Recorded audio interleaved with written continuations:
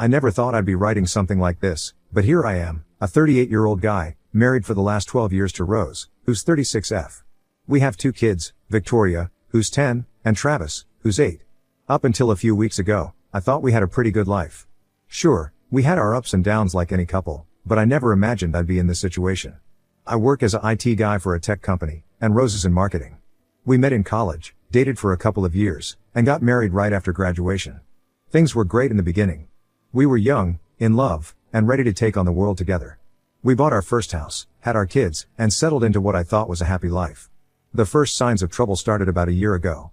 Rose seemed distant, always on her phone, and working late more often than usual. I chalked it up to stress from her job. She'd recently gotten a promotion and was putting in extra hours to prove herself. I tried to be supportive, picking up more slack with the kids and household chores. I figured it was just a phase, and things would go back to normal once she settled into her new role. But they didn't. If anything, the distance between us grew. Our conversations became superficial, mostly about the kids or household. Intimacy became rare, and when it did happen, it felt mechanical, like she was just going through the motions.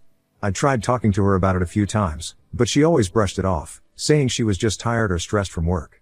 About a month ago, Rose told me she had to go on a 2-week business trip to Europe. She said it was a big opportunity. She'd be visiting several of their international offices, meeting with clients, and potentially setting up some major deals. I was skeptical at first. 2 weeks seemed like a long time, and she'd never been sent on such a long trip before. But she assured me it was important for her career, and I wanted to be supportive. The night before she left, I noticed she was packing some clothes that seemed a bit too fancy for business meetings, a couple of cocktail dresses, some lingerie I hadn't seen before. When I asked about it, she got defensive, saying she might have to attend some formal events and wanted to be prepared. I let it go, not wanting to start an argument right before her trip. The first few days after she left were busy. Juggling work and taking care of the kids on my own was hard, but I managed. Rose would call every night to check in, but the conversations were brief. She always seemed to be in a rush, saying she had another meeting to get to or was tired and wanted to sleep. It was on the 4th night that my suspicions really kicked in. Rose called later than usual, and I could hear music and laughter in the background. When I asked about it, she quickly said she was at a work dinner and had stepped out to call me. But something in her voice sounded off, a bit slurred, like she'd been drinking. The call ended abruptly when she said she had to go. That night, I couldn't sleep. Something wasn't adding up. I knew I shouldn't, but I couldn't help myself. I logged into our shared cloud account to look at her recent photos. What I saw made my stomach drop. There were dozens of pictures, but they weren't of business meetings or office buildings. They were of Rose, in those fancy dresses she'd packed, at various tourist spots around Paris. And in many of them, she wasn't alone. There was a man with her, tall, good-looking, probably in his mid-40s. In some photos, they were posing together in front of landmarks. In others, they were at romantic restaurants, glasses of wine in hand. And then I saw it, a selfie of them kissing in front of the Eiffel Tower. My hands were shaking so bad I could barely hold my phone. I spent the next hour going through every photo, every detail, hoping to find some explanation. But there was no denying it. My wife was on a romantic getaway with another man. I didn't confront her immediately. Part of me was in shock, part of me wanted to gather more information. Over the next few days, I did some digging. I looked through our phone records, credit card statements, anything I could find. That's when I discovered the truth. This wasn't just a one-time thing. There were texts going back months, charges for fancy restaurants and hotel rooms in our own city. This had been going on right under my nose. I finally figured out who the man was, Matthew, Rose's boss. He was a recent divorcee, known for being a bit of a playboy. I'd met him a few times at company events and always felt uncomfortable around him, but I never imagined he'd be sleeping with my wife. After a week of this, I couldn't take it anymore. I sent Rose a text with one of the photos of her and Matthew, along with a simple message, "We need to talk. Now." Her response came quickly, a series of panicked texts, begging me not to do anything rash, saying she could explain everything. I didn't respond. Instead, I called her parents and told them everything. They were shocked, of course, but supportive. When Rose finally called, I let it go to voicemail. She left a long, tearful message, full of apologies and excuses. She said it wasn't what it looked like, that Matthew had pressured her, that she'd made a mistake but still loved me. I didn't buy it for a second. I spent the next few days to care of the kids, but inside, I was a mess of anger, hurt, and confusion. I consulted with a lawyer, who advised me to document everything and not to leave the house, as it could be seen as abandonment in divorce proceedings. Rose was due to return in a few days, and I knew I had to make a decision. Part of me wanted to just pack up and leave, disappear before she got back. But I knew that wasn't fair to the kids. They deserved better than that. In the end, I decided to stay and confront her. I arranged for the kids to stay with my parents for a few days after she got back. I wanted to have this out without them around. The day Rose returned was surreal.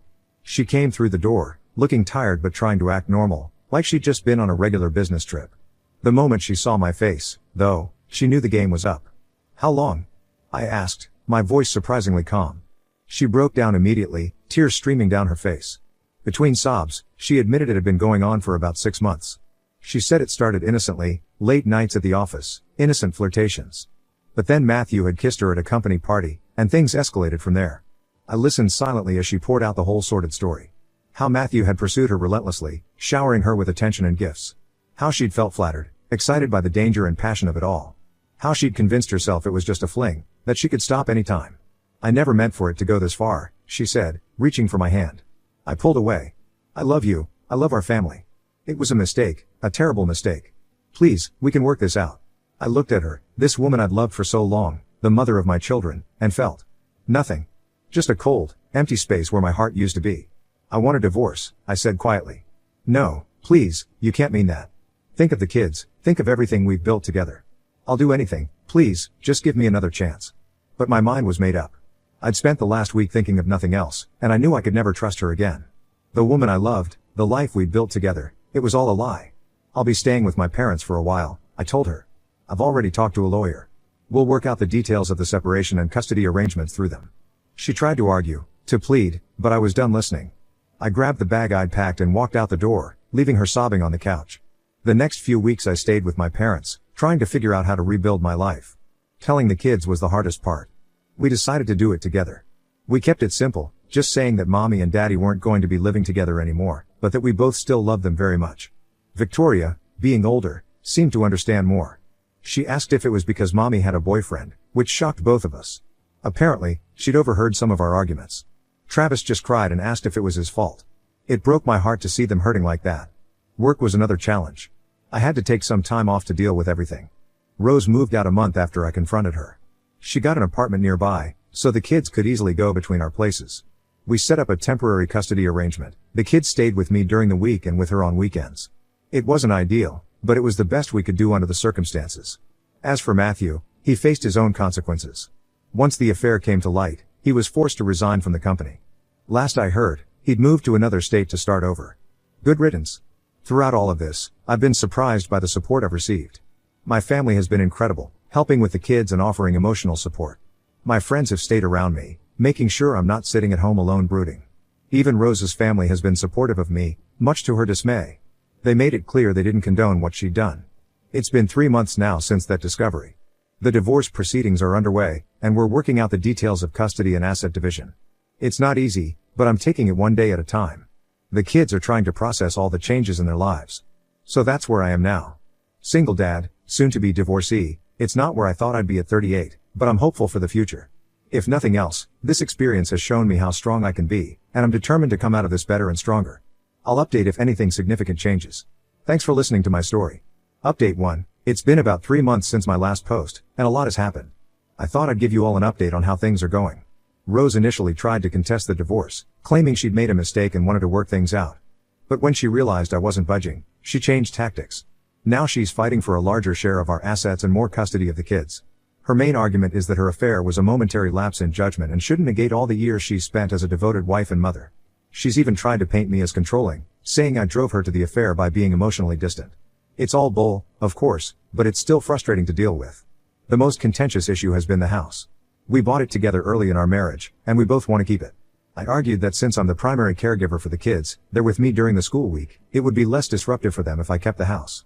Rose countered that she needs the space for when the kids are with her. We're still battling that out. As for custody, we're currently sticking with the temporary arrangement we set up, kids with me during the week, with Rose on weekends. But Rose is pushing for 50-50 custody. Her lawyer argues that her work schedule has become more flexible, convenient timing, right? So she can be more present for the kids. Speaking of work, there's been some drama there too. Remember Matthew, Rose's boss she had the affair with? Well, turns out he didn't just quietly resign and move away like I thought. He's been causing problems. About a month ago, I got a call from Rose, hysterical. Apparently, Matthew had shown up at her new apartment, drunk and making a scene. He was yelling about how she'd ruined his life, how she'd promised to leave me for him. Rose called the cops, and Matthew was arrested for disorderly conduct. The whole incident shook Rose up pretty badly.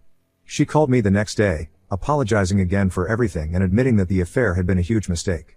She said Matthew had been pressuring her to leave me for months, and she'd been too weak to stand up to him.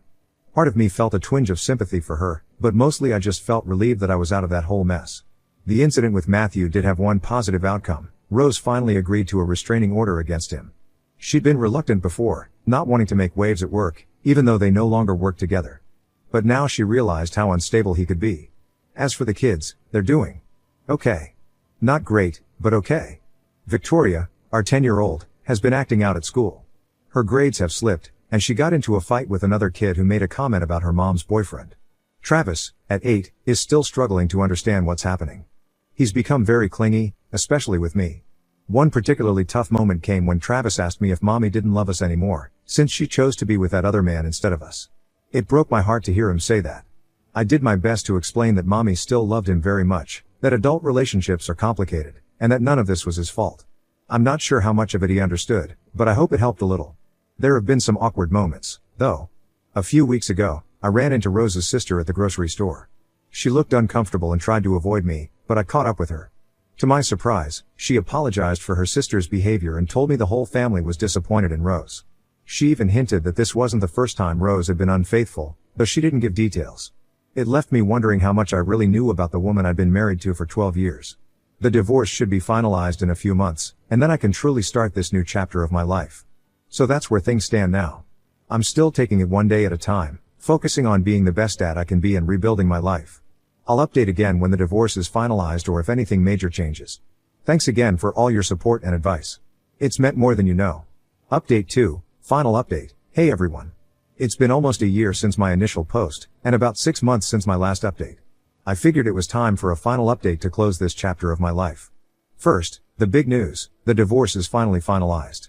After months of negotiations, arguments, and compromises, it's officially over. I'm no longer a married man. It's a strange feeling. The terms of the divorce weren't exactly what I'd hoped for, but I suppose that's the nature of compromise. We ended up selling the house and splitting the proceeds. Neither of us got to keep it, which was tough, but it was the fairest solution. I've bought a smaller house in the same school district, so the kids didn't have to change schools. Rose is renting an apartment nearby. As for custody, we settled on a 60-40 split. The kids are with me during the school week and every other weekend. Rose gets them every other weekend and 2 weeknights for dinner. It's not perfect, but it's working so far. The kids seem to be adjusting, though there are still tough days. Speaking of the kids, I decided to get my kids in therapy and honestly they're doing better. Victoria's grades have improved, and she's made some new friends at school. Travis is still clingy at times, but he's opening up more in therapy and seems to be understanding the situation better. They both still have moments of sadness or anger about the divorce, but overall, they're resilient kids. I'm proud of how they're handling everything. Rose and I are cordial. We're not friends, and I don't think we ever will be again, but we're managing to co-parent without too much drama. She's still with Matthew, believe it or not. They kept their relationship quiet for a while after the incident at her apartment and I had thought they had broken up, but it looks like she took him back and Matthew moved back from the different state. It stung to see them together officially, but not as much as I thought it would. I guess I've really moved on. There was one incident about a month ago that tested our co-parenting relationship. Rose wanted to introduce the kids to Matthew as her boyfriend. I was against it, feeling it was too soon and would confuse the kids. We argued about it for days, eventually taking it to our lawyers and the mediator. In the end, we agreed to consult with the kids' therapist, who advised waiting a bit longer. Rose wasn't happy, but she agreed to hold off. On my end, life has been interesting. I've also been focusing on self-improvement. I've lost about 20 pounds, started reading more, and even took a cooking class. It's been nice to rediscover who I am outside of my marriage. And yes, I've started dating again. Nothing serious yet, but I've been on a few dates. It's been awkward and nerve-wracking, but also kind of exciting. There's one woman, Erica, who I've been seeing for about a month. She's also divorced with a kid, so she understands what I'm going through. We're taking things slow, but it's nice to have someone to talk to who gets it. The first time I introduced Erica to the kids was an experience. We had planned a casual meet-up at a local park, just a quick hello while the kids played. Victoria was polite but distant. Travis, on the other hand, had a full-on meltdown. He cried and screamed that he wanted his mom, that he hated me for trying to replace her. It was heartbreaking. Erica was understanding, but I felt terrible. We've had a few more meetings since then, and they've gone better, but it's still a work in progress. There have been some tough moments, of course. The first holidays post-divorce were rough. Splitting up the traditions, deciding who gets the kids when, it was all painfully new. Thanksgiving was particularly hard. It was the first major holiday I spent without the kids, as they were with Rose. I ended up going to my parents' house, but it felt empty without Victoria and Travis there. Christmas was better. We managed to work out a schedule where the kids spent Christmas Eve with Rose and Christmas Day with me. Seeing their faces light up as they opened presents on Christmas morning, it reminded me of why I'm fighting so hard to give them a stable, happy life, even if it looks different than what we had before. Looking back on this whole experience, I can see how much I've grown. A year ago, I was a broken man, betrayed and lost.